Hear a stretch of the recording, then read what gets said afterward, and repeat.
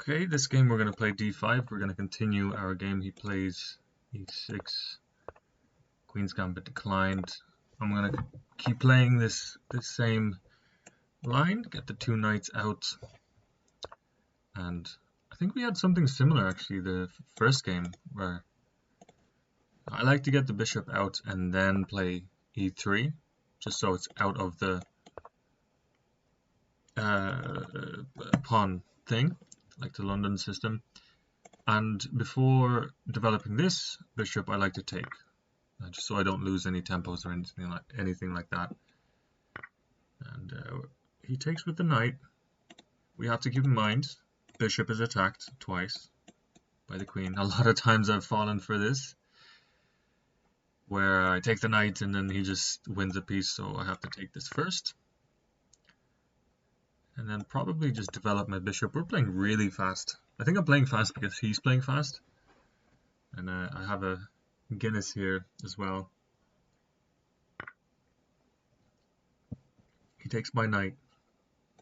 I'm going to take back. Okay, so this is a typical sort of position. I think here e5 would have worked alright, maybe. But let's castle. Let's castle and see where the game takes us. I think we're going to play on the queen side. Maybe I can try push in the center. Or a couple of things I'm thinking. I do want to play the c pawn because it is a backwards pawn and I got to play that forward, but I also don't want him to play here. Although, I mean, it's not too bad, is it? Yeah, I like this, and it takes control of the d5 square here as well, so that's good.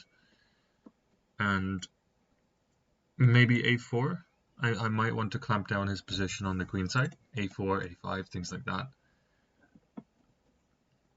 And then maybe transfer my pieces over this side and put some pressure down here. I'm also looking at the knight hopping into this hole here. I'm noticing his bishop is quite bad. It's not trapped. It's one more reason why I think he should have played this move earlier on, just to free up his bishop and disrupt my. If I go back here, it would have been nice because that's a free. Well, maybe I'm wrong. Maybe I'm wrong, but certainly it's a move I would have looked at. So he's going to fianchetto with the bishop. I think I should continue with my plan. I might play, if I play, he's going to eventually play c5, I think, trying to undermine this, so I do have to keep an eye on that. Now, no, I'm not so sure what to do. I have to develop my queen somewhere, maybe. Let's see. I could kind of double attack this pawn here. If I go knight here now, he protects that pawn. Maybe I could go a4 and just try push a5. I like the idea of that. Just try undermine his pawns a little bit. And maybe try play a5 next move. Takes, something like that. Takes the pain off of him playing this. And he's going to play this because he wants to free this. And there you go. He plays it. And here, I can take, he takes. Let me see. Can we maybe push pawn here on a5? Takes, knight takes.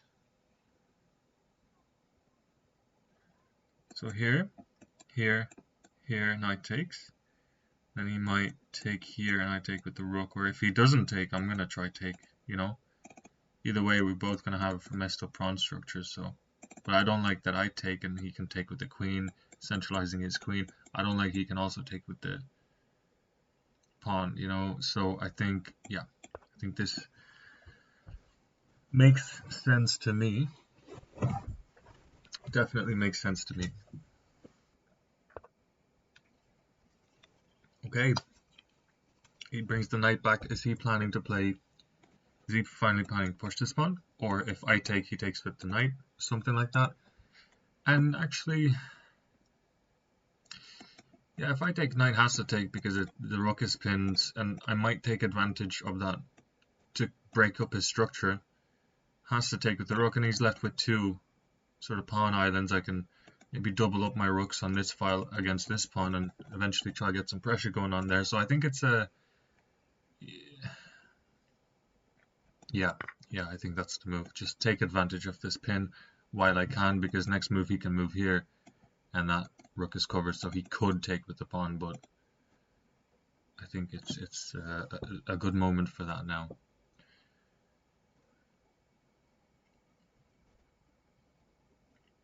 And maybe I can consider pushing my d pawn after this. So knight takes, I push, takes. Oh no, knight can take.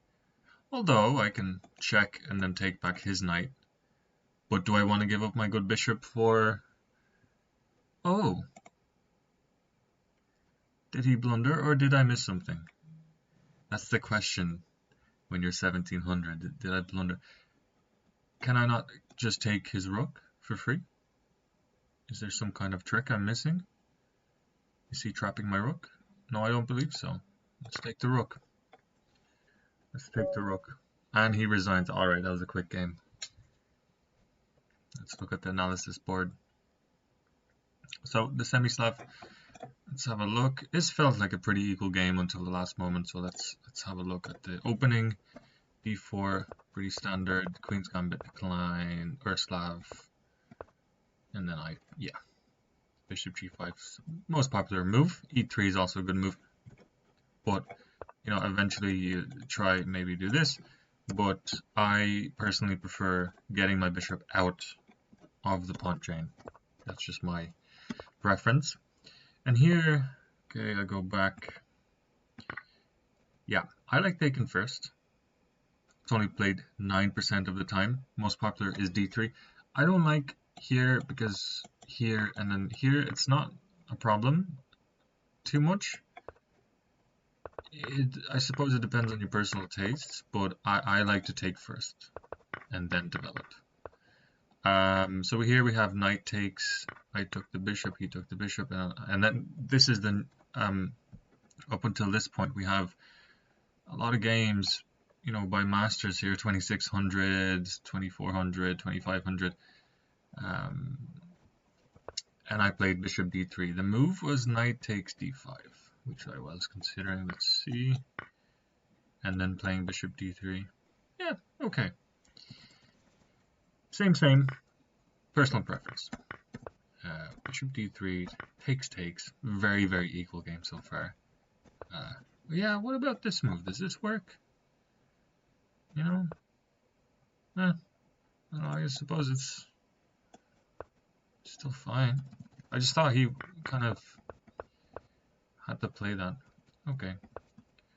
He wanted me to get the knight in. That's okay. I played c4.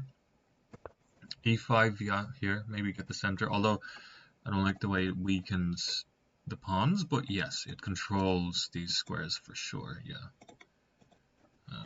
Here played a4. Good move. c5. a5. Brilliant. a5. Found the move. Best move, a5. Good. It's between a5 and knight e5 and queen here, so very nice. Okay, here it says first mistake, I think, because now it's, yeah, I took the advantage of this. I was like, I can take back with the pawn, and he has to take back with the knight, I can put pressure on this, I can put pressure on this. He has now, 2 pawn islands on this side of the board. I have one long one, although he can take and, whatever. But he took with the pawn, and that is just a straight up blunder. And let's have a look at the computer analysis. And let's see if we even made a mistake. So as you can see here, 97% accuracy, 0 inaccuracy, 0 mistakes, 0 blunders. Very good for 17 move game. I'm happy with that.